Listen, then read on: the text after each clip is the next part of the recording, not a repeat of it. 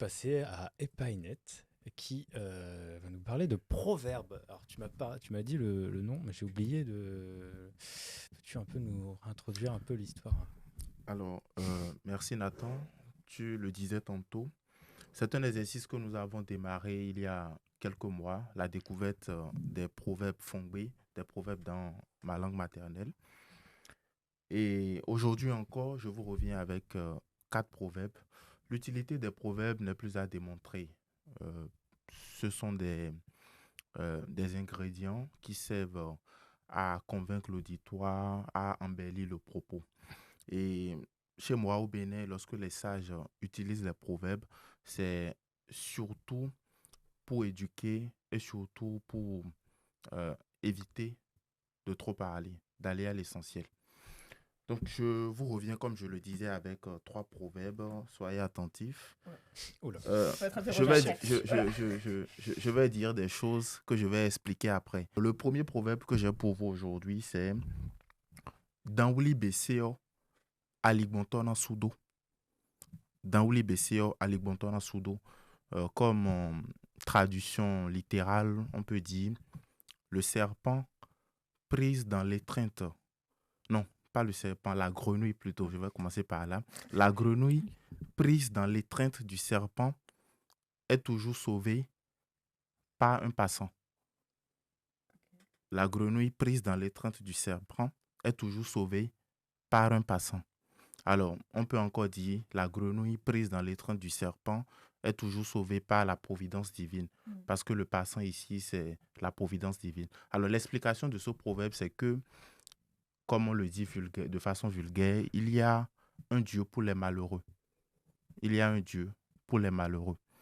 Et ce qui est intéressant avec ce proverbe, c'est qu'il a son équivalent en français. Il y a un proverbe français qui dit à brebis tondue, Dieu mesure le vent.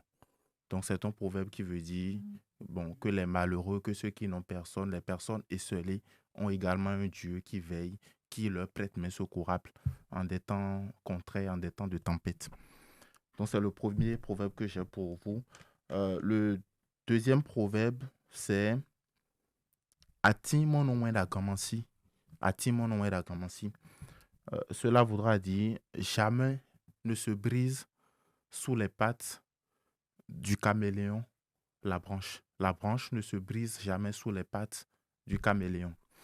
Alors, que veut dire ce proverbe? Ce proverbe est une optation, un souhait, à la limite, on peut dire même une prière que l'on fait pour dire que jamais le malheur ne se produise à notre époque, ou le malheur ne va jamais se produire à notre époque. C'est une prière que l'on fait à Timon Ouenda Kamansi.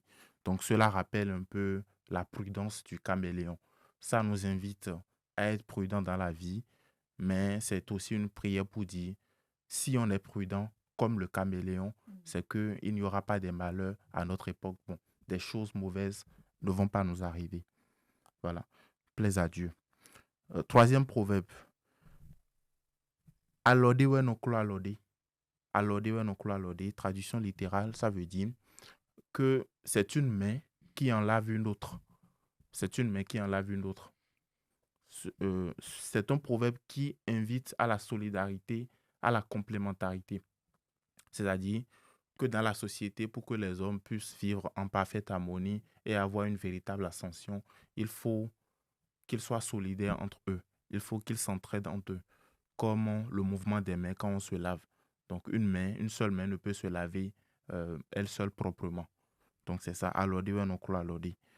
Et cela rappelle, là je donne en même temps toutes les références qu'il peut y avoir. Un chanteur du nom de Adjion Hambaladi qui a chanté euh, ce proverbe-là dans sa chanson. C'est sur YouTube, vous pouvez voir. Je ne sais pas chanter, sinon j'aurais entendu. Ouais, si vous Tu peux voulez, il même dit... venir à la scène ouverte, hein. Ouais, Avec ouais. plaisir. Il dit Olode, ouais, Olode, non, clolode. Olode, ouais, non, clolode. Mian, do, douci, ouais, non, clomion. Douci, wa, clomion, mion, wa, clo, douci. Ça pas chanter, donc je vais m'en Ça va. arrêter là.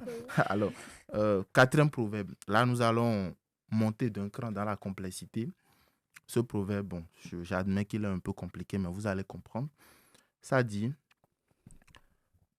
logozo e yawan. Boy so ge do kogbenu. Logozo e yawan. Boy so ge do kogbenu.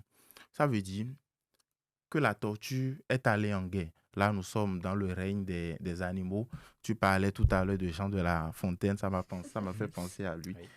Oui. Il dit, la tortue est allée en guerre et a reçu une flèche au cou.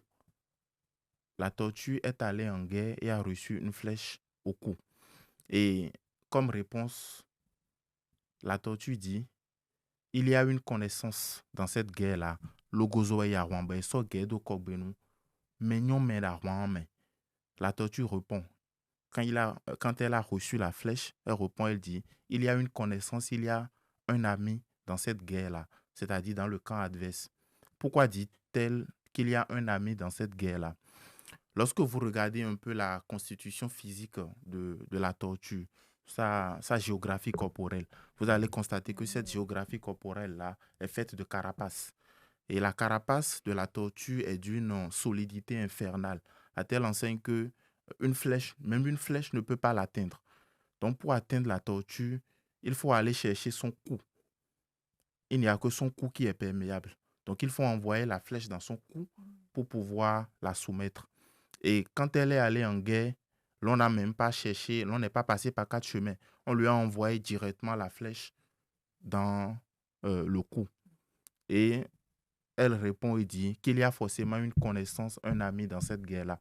Alors, c'est un proverbe qui nous invite à scruter lorsque nous avons des problèmes dans notre périmètre personnel. C'est pour dire que c'est toujours ou souvent nos amis qui connaissent nos faiblesses, qui sont souvent la cause, qui complotent contre nous. C'est-à-dire que ce sont nos amis, ceux qui sont proches de nous, qui connaissent nos faiblesses, qui connaissent nos forces. Et ce sont eux qui sont les personnes les plus à même de nous nuire. Donc c'est ce que veut dire ce proverbe-là. Ça me fait penser à un autre proverbe pour finir, avant de faire une annonce. On dit que le mouton craint le loup, mais c'est finalement le berger qui le mange. Vous connaissez un peu. Le mouton craint le loup toute l'année, mais c'est finalement le berger qui, lors d'une fête de la Noël ou de la fête de Nouvel An, le mange. Donc c'est ça, c'est souvent ceux qui sont très proches de nous qui complotent, qui peuvent nous nuire, qui peuvent facilement nous nuire. Alors pour finir, je vais faire une annonce. C'est bientôt le Salon du livre africain de Paris qui va se dérouler en mars, le 14, le 15 et le 16 mars. Voilà, donc je passe l'information déjà, j'aurai le temps d'y revenir. Et pour toutes les personnes qui sont intéressées, ils peuvent déjà s'inscrire. C'est juste le mois prochain. Voilà, j'en aurai fini. Merci beaucoup, Epainet, pour tous ces bons conseils donnés par les proverbes. Et oui, on suivra un peu le salon du livre africain avec tes prochaines chroniques. Ouais. Et puis, tu comptes y aller, c'est ça? Oui, je serai là. Peut-être un reportage, alors un nouveau reportage qui sortira dans 3 ans au moins, sûrement.